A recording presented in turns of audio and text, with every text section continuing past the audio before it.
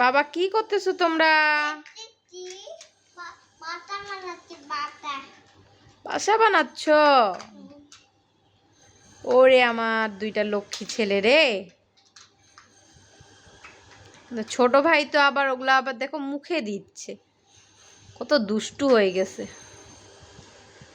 জাবির, বাবা কি করতেছো? জাবির, জাবির কথা শুনে না নাজিম।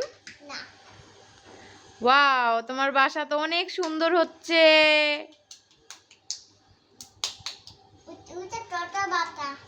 ছোট বাসা আর এটা বড় বাসা। আর জাবির দেখো ওগুলা নিয়ে শুধু ও বসে বসে নাচতেছে।